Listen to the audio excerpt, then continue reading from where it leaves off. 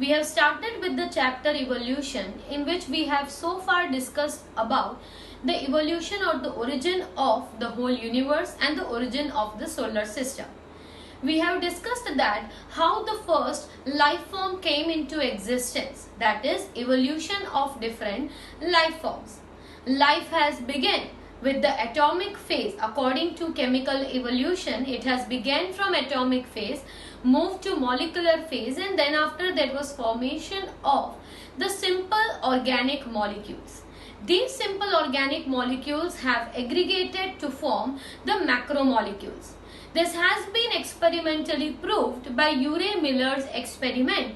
Until now it was known as chemical evolution. Now, after the chemical evolution, which was given by Oparin and Haldane, this moves on to the next topic, that is biological evolution, according to which there was formation of structures like conservates or microspheres, which can be considered very similar to the primitive cells.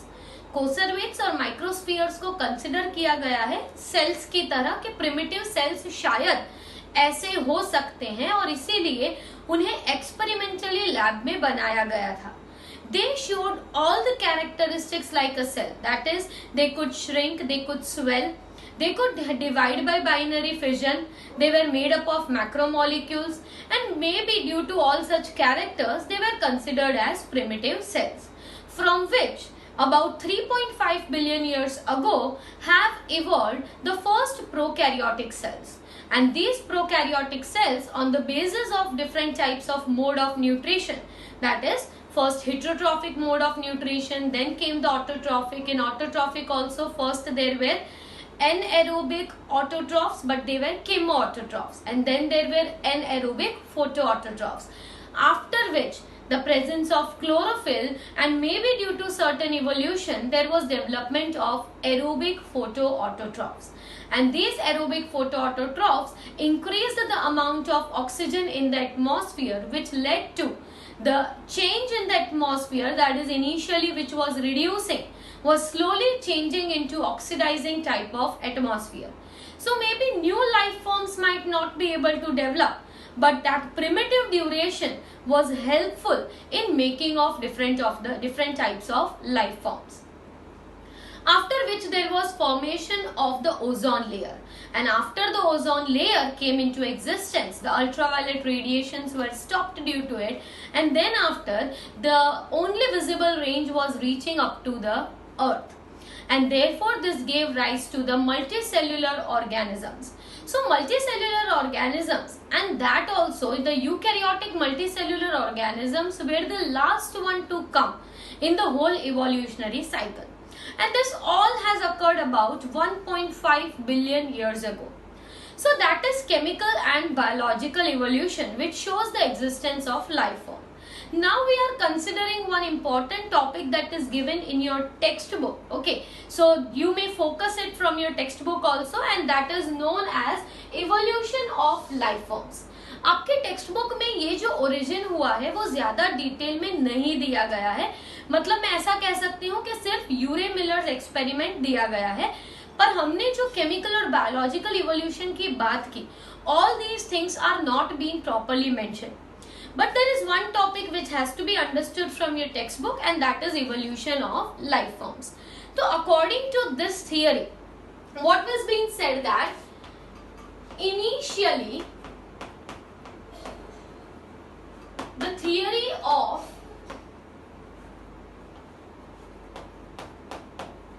special creation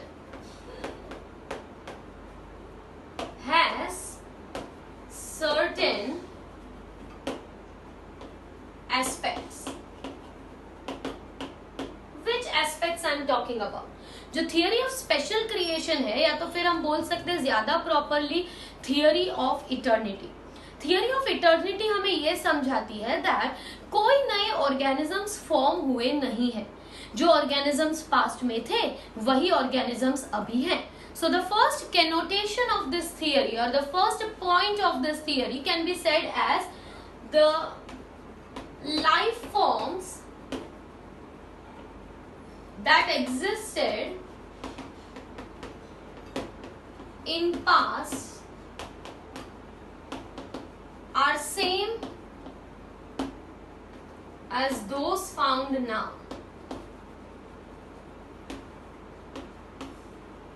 हमने already ये theory पढ़ी हुई है. Theory of special creation तो simple थी, जिसमें ऐसा कहा गया था दैट सुपर पावर्स की वजह से कोई ह्यूमंस या some life forms have came into existence, पर उसका ही एक इलैबोरेशन था, उसका ही एक एक्सटेंशन था थियरी ऑफ इटर्निटी. और थियरी ऑफ इटर्निटी ये समझाता है कि लाइफ फॉर्म्स जो है अर्थ पे वही एग्जिस्ट कर रहे हैं जो पास्ट में भी एग्जिस्ट कर ही रहे थे.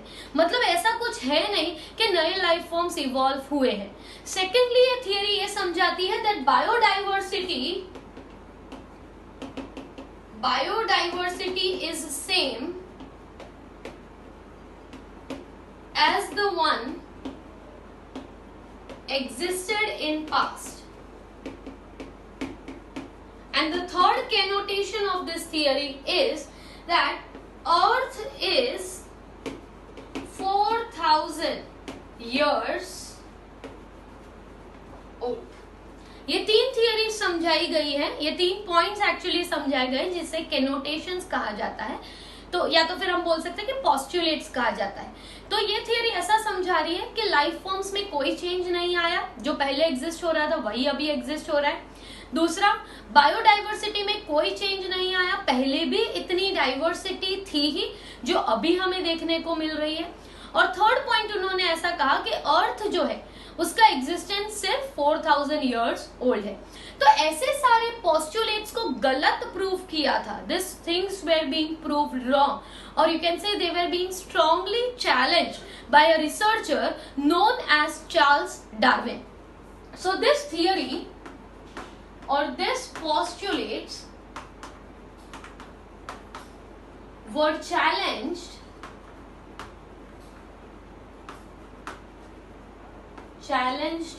by the researcher Charles Darwin.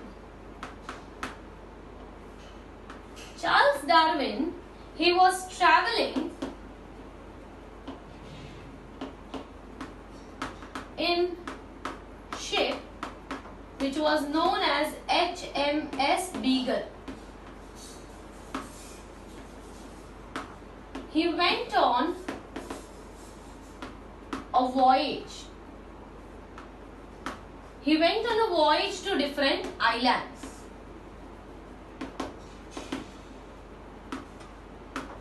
What happened then?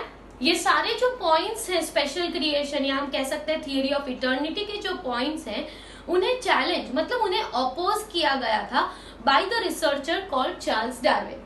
Charles Darwin जो थे वो अपनी शिप HMS बीगल जो शिप थी उसमें ट्रैवल कर रहे थे to different islands all around the world. And when he was travelling to these different islands और मेनली उनमें है गैलापागोस आइलैंड, तो वो जब ये सारे आइलैंड्स पे ट्रैवल कर रहे थे तो उन्होंने देखा that the life forms which are existing today, मतलब अभी के जो लाइफ फॉर्म्स हैं they are having similarity with the life forms which existed many years अगो.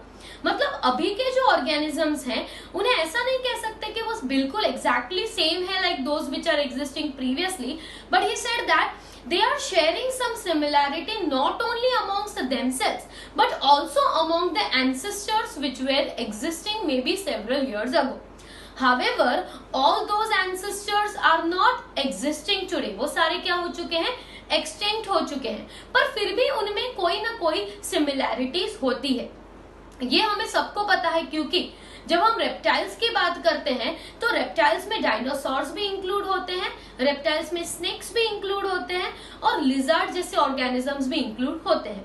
तो ये तीनों में से all the life forms are not found today or may be a lizard of some other species or some other particular species might be found several years ago and may not be found right now, but they are having some sort of similarity amongst themselves. So that was the first point that was proved by Charles Darwin, that he said that the life forms existing today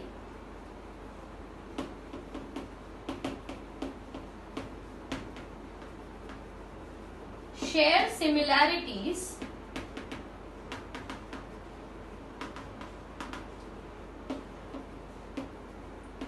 among themselves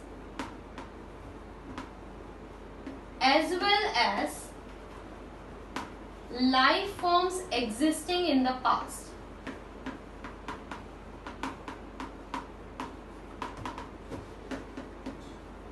That is, you can say ancestors,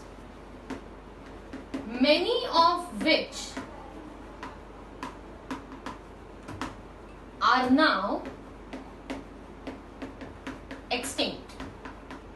क्या कहा गया है? That अभी जो life forms exist हो रहे हैं वो लाइफ फॉर्म्स जो हैं वो एक दूसरे से तो सिमिलैरिटीज बता ही रहे हैं, but they are also depicting some similar characters with the organisms existing in the past. मतलब पहले जो ऑर्गेनिजम्स थे उनसे भी उनकी कोई ना कोई सिमिलैरिटीज होती हैं. Another thing he said that though वो ancestors अभी जो है वो extinct हो चुके हैं, now what is available only उनके fossils present है, जिसकी वजह से हम समझ सकते हैं that whether it will be belonging to mammal or whether it was reptile. आप अगर fossils की study अगर देखने जाए, जिसे हम paleontology कहते हैं, तो fossils की study में हम देख सकते हैं कि कई ऐसे फॉसिल्स होते हैं जिनके सिमिलैरिटीज होती है विद द रेप्टाइल्स. डायनासोर्स जो है वो रेप्टाइल्स में आते हैं, वो हम कैसे कह सकते हैं? We haven't seen any of them but still we have studied it with the help of the fossils. तो उसी की मदद से इन्होंने भी कहा that they are now extinct and the organisms have undergone certain variations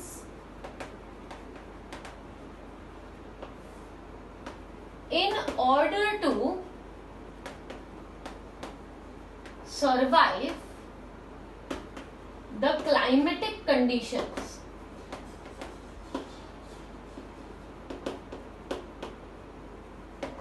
क्या कहा गया है? That every organism, कोई भी organism हो, whether it is belonging to any particular group, any phylum, but every organism in a population has to undergo certain variations, and if it is able to undergo those variations and adapt to those variations, then and only then it would be able to survive the climatic condition. So this was considered as an aspect to understand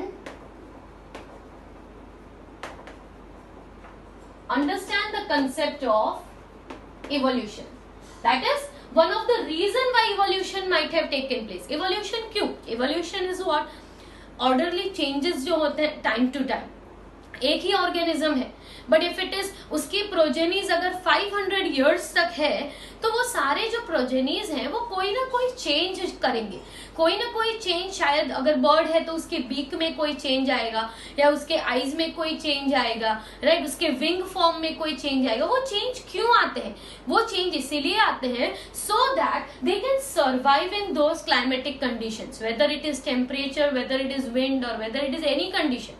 उसमें survive होने के लिए variations are very very essential.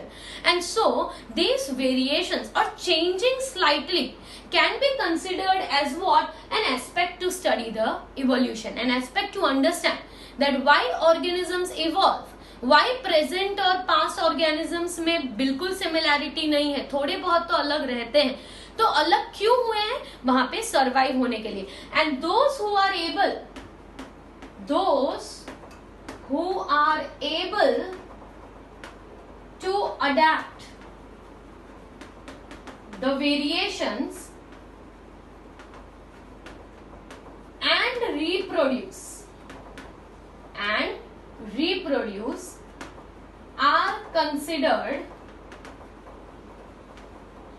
to be fittest. That is, you can say reproductively fit. Reproductive fitness क्या होता है? तो organism को सिर्फ वहां पे अडेप्ट होना इंपॉर्टेंट नहीं है, अडेप्ट होना है, सरवाइव होना है, पर उसके साथ साथ क्या करना जरूरी है? रिप्रोड्यूस. क्योंकि जो ज्यादा रिप्रोड्यूस कर सकेगा उन्हीं की प्रोजेनीज नेक्स्ट रहेगी. जो रिप्रोड्यूस नहीं कर सकेंगे उनकी रिप्रोजेनीज जो होंगी आगे वो डिमिनिश हो जाएंगी, वैनिश हो जाएंगी, उनका एग्जिस्टेंस रहेगा नहीं। इसलिए ऑर्गेनिज्म के लिए सबसे ज्यादा इंपॉर्टेंट है to adapt, and those who get adapted are considered to be fit in the nature, and those who are fit it is important for them to reproduce in that environment. If they reproduce they leave behind their progenies. If they do not reproduce, they will be diminished, they will get extinct in some time. So those organisms who have adapted themselves are able to survive, and that is known as natural selection. Natural selection because nature has selected those organisms to survive. Natural selection because nature has selected these organisms to survive.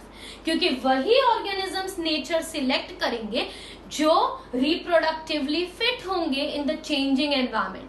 और इसीलिए variations are a part of any population. कोई भी population होगा उसकी सबसे important characteristic क्या है? Variations को adapt करना. अगर वो adapt करेंगे तो वो fit होंगे, वो fit होंगे तो वो reproduce करेंगे, reproduce करेंगे तो उनकी progenies रहेंगी. Otherwise what will happen? They have to compulsorily outbreed the rest of the organisms. Otherwise they will not be able to survive.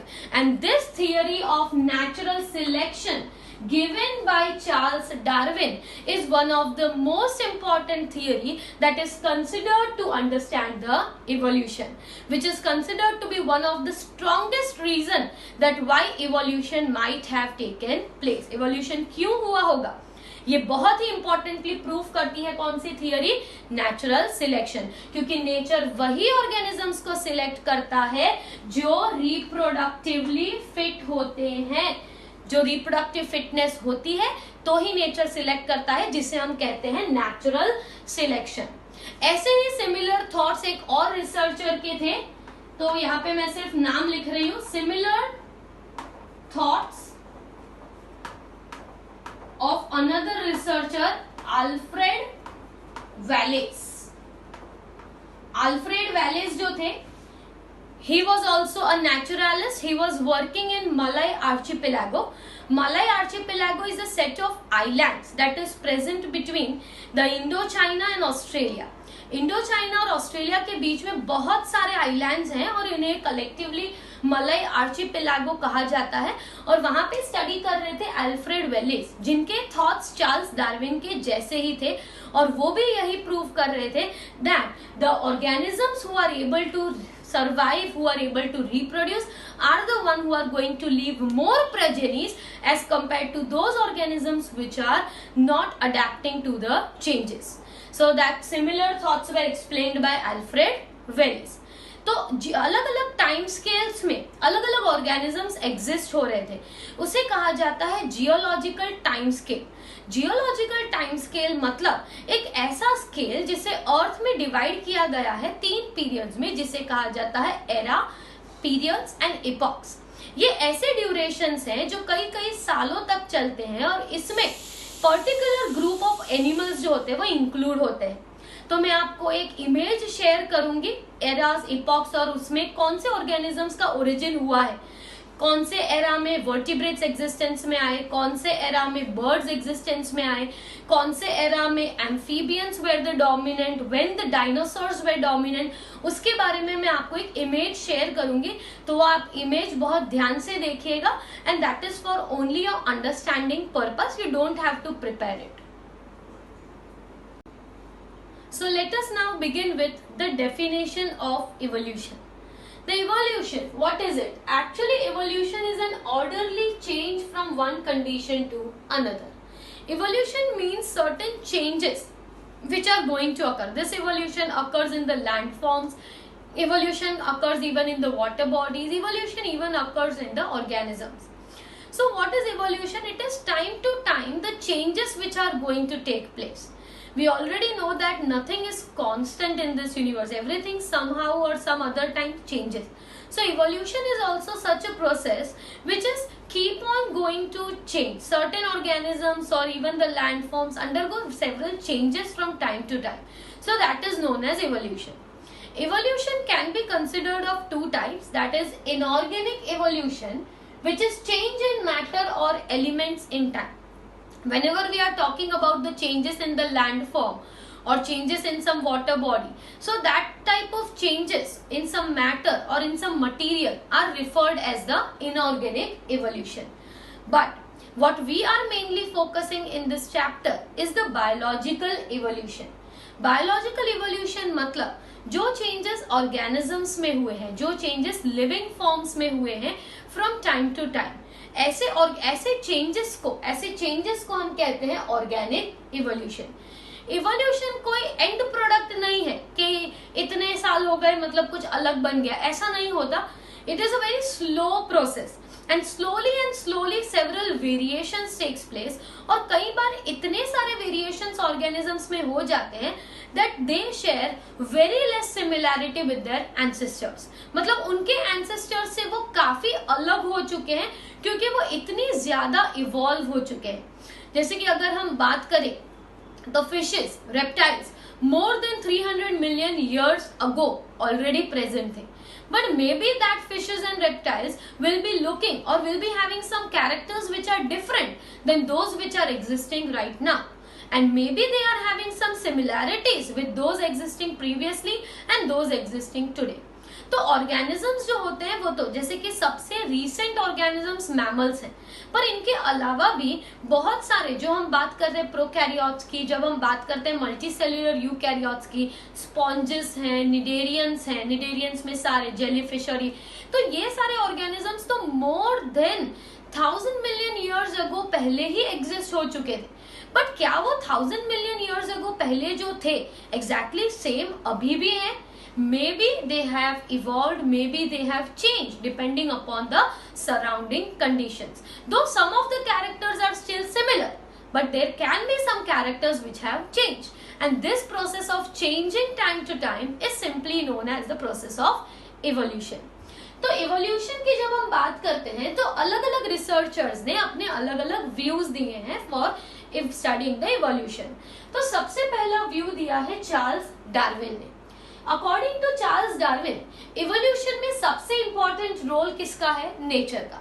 जो हमने आगे पढ़ा कि जब नेचुरल कंडीशंस चेंज होती है, टेम्परेचर, क्लाइमेट, विंड, वाटर, जब ये चीजें चेंज होती है तो ऑर्गेनिज्म को चेंज होना ही पड़ता है. If the organism is not changing to the variations, not adapting to those variations, what will happen? The organism will not be able to survive. So nature selects the organisms which has to survive from time to time. If nature allows everyone to survive, what will happen? The whole earth will get flooded by organisms.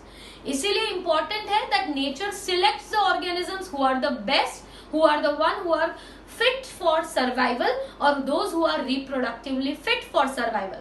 तो natural selection को बहुत importance दिया था किसने? Charles Darwin ने. फिर आते हैं अलग दूसरे रिसर्चर जिसे कहा गया है ह्यूगो de Vries. The name of the researcher is Hugo de Vries. Hugo de Vries के अकॉर्डिंग इवोल्यूशन किसकी वजह से हुआ है? म्यूटेशन की वजह से. अकॉर्डिंग टू हिम इवोल्यूशन कोई स्लो प्रोसेस नहीं है. Evolution is a rapid process जो शायद कोई जीनोमिक सीक्वेंस में चेंज होने की वजह से सडनली हो गया है. ऐसे हो गया था evolution according to Hugo de Vries. दूसरे रिसर्चर आ जाते हैं एरिस्टोटल. एरिस्टोटल ने ऐसा कहा कि इवोल्यूशन एक ग्रेजुअल ग्रेडेशन है. ग्रेजुअल ग्रेडेशन मतलब सबसे पहले एग्जिस्ट होने वाले ऑर्गेनिजम्स में भी प्लैंक्टन्स थे, उसमें फाइटोप्लैंक्टन्स थे, फिर जू प्लैंक्टन्स थे, फिर स्मॉल हर्ब्स प्लांट्स आए, सबमर्ज प्लांट्स आए, फिर उसके बाद थोड़े फ्री फ्लोटिंग प्लांट्स आए और ऐसे ऐसे करते करते फिर थोड़े एक्वेटिक ऑर्गेनिजम्स आए होंगे, पहले इनवर्टिब्रेट्स आए होंगे, फिर वर्टिब्रेट्स आए होंगे. ऐसे करके एक लैडर टाइप उन्होंने कंस्ट्रक्ट किया था. Ladder of what? Ladder of more simple organisms at the bottom and more complex organisms at the top. जैसे जैसे नीड्स और कॉम्प्लेक्सिटी बढ़ती गई वैसे वैसे वो ऑर्गेनिजम्स आगे के स्टेप पे आते गए. वैसे ही समझाया है एरिस्टोटल ने, विच इज ग्रेजुअल ग्रेडेशन. मतलब slowly and slowly the organisms have evolved from simple life forms to more complex life forms. तो ये समझाया है एरिस्टोटल ने. So all the course, researchers have their own opinions about explaining the theory of evolution. But how can we actually understand that whether evolution has taken place or not? Do we have any proofs? Do we have any evidences that yes, evolution हुआ हो सकता है या नहीं हुआ है या ऐसा नहीं होता? ये प्रूफ करने के लिए हमें कुछ स्टडी करना पड़ेगा, और वो क्या है? These are the evidences of evolution. So in order to study the evolution, what is very important? Evidences. क्योंकि हम प्रूफ के बिना तो बात कर ही नहीं सकते. तो कैसे प्रूफ्स की बात कर रहे हैं हम यहाँ पे? तो सबसे पहला एविडेंस आ जाता है पैलियोंटोलॉजिकल एविडेंस. सबसे पहले एविडेंसेस कौन से हैं? पैलियोंटोलॉजिकल, मतलब जो हमें फॉसिल से पड़े मिलते हैं. फॉसिल्स जो है उन्हें कंसिडर कर दिया गया है the best source to study evolution.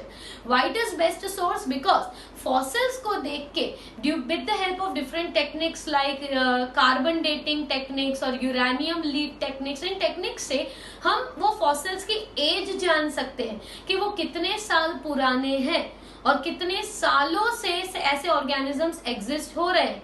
तो आपने शायद सुना होगा that there is extinction of the organisms like mammoth है, या तो फिर एक आर्कियोप्टेरिक्स बर्ड है जो एक्चुअली रेप्टाइल और बर्ड के बीच का कैरेक्टर है.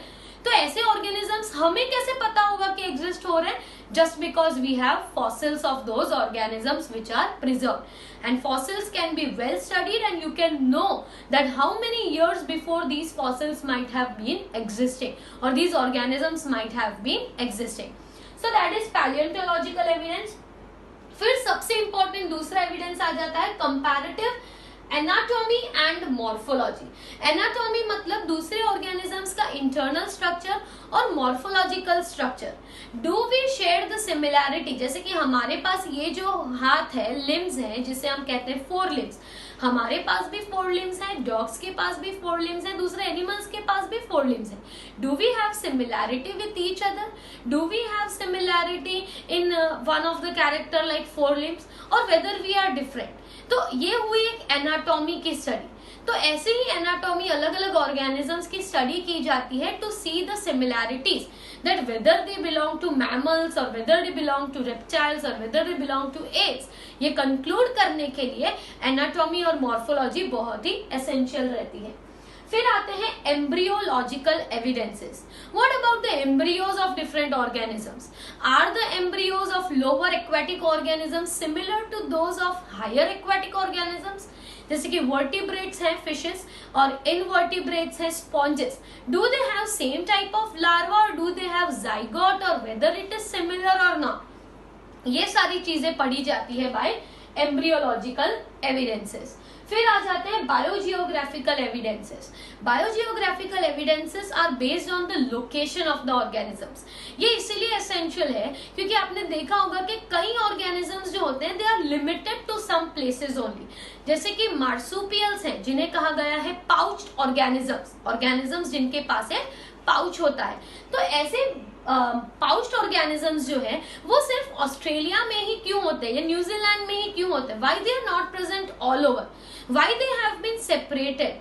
और पाउच्ड मैमल्स हैं तो दूसरे मैमल्स हैं जो प्लेसेंटल मैमल्स हैं जिनके पास प्लेसेंटा होता है that is connected to the young one. तो इन दोनों में डिफरेंसेस क्यों है? क्यों ऐसा नहीं है कि सिर्फ एक ही तरह के ऑर्गेनिजम्स हैं और दूसरी तरफ के ऑर्गेनिजम्स दूसरी जगह पे नहीं देखे जाते?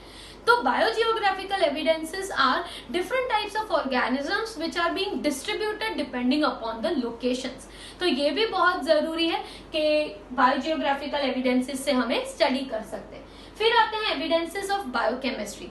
Whether the composition within the cell is same for all organisms, everyone is having similar DNA or everyone is having some different DNA और जेनेटिक मटेरियल और साइटोप्लाज्मिक कंटेंट्स, ये सारी चीजें पढ़ी जाती है by evidences of biochemistry. However हम सारे ही एविडेंसेस थोड़े डिटेल में आगे स्टडी करने ही वाले हैं, पर आपकी टेक्स्ट बुक में the first small paragraph is given for paleontological evidences, though it does not explain anything in detail. फिर आता है कंपैरेटिव एनाटॉमी और मॉर्फोलॉजी. तो एनाटॉमी और morphological evidences are very very important as per your regular Gujarat board exam, क्योंकि ये बहुत ही ज्यादा इलॉबरेट करके एग्जाम्पल्स के साथ टेक्स्ट बुक में दिया गया है. तो ये आपको समझना बहुत जरूरी है। और फिर एम्ब्रियोलॉजिकल, बायोजियोग्राफिकल और बायोकेमिस्ट्री के एविडेंसेस टेक्स्ट बुक में नहीं दिए गए हैं, तो ये हम यहाँ पे थोड़े एग्जाम्पल्स के साथ डिस्कस करेंगे। तो पहले बात करते हैं पैलियोंटोलॉजिकल एविडेंसेस की। Palaeontology is the study of the fossils, और फॉसिल्स के जो the modern father of palaeontology was known as George Cuvier. The name of the researcher is George Cuvier. So first of all we need to understand what are fossils. Fossils जो होते हैं वो remains या impressions होते हैं कोई ना कोई हार्ड पार्ट्स के। हार्ड पार्ट के जो इम्प्रेशंस रह जाते हैं, ये इम्प्रेशंस कहाँ पे रह जाते हैं? मोस्टली रॉक्स में रह जाते हैं। सबसे ज्यादा फॉसिल्स सी और ओशियन में मिलते हैं, जो ऑलरेडी क्या हुआ होता है कि सेडिमेंट्री रॉक्स जो होते हैं उसमें सेडिमेंट हो जाते हैं, क्योंकि उसके ऊपर तो एक के बाद एक लेयर बनता जाता है। तो ये जो ऑर्गेनिजम्स हैं वो कंप्लीटली डीके भी नहीं होते, और नीचे as it is they get sedimented, they get fossilised. तो ऐसे फॉसिल्स को जो आर्कियोलॉजिस्ट होते हैं वो स्टडी करके बता सकते हैं कि व्हाट इज देयर एज। तो नेक्स्ट लेक्चर में स्टूडेंट्स हम पैलियोंटोलॉजिकल एविडेंसेस के बारे में ज्यादा बात करेंगे। So will discuss about the palaeontological evidences and then after about the other types of evidences.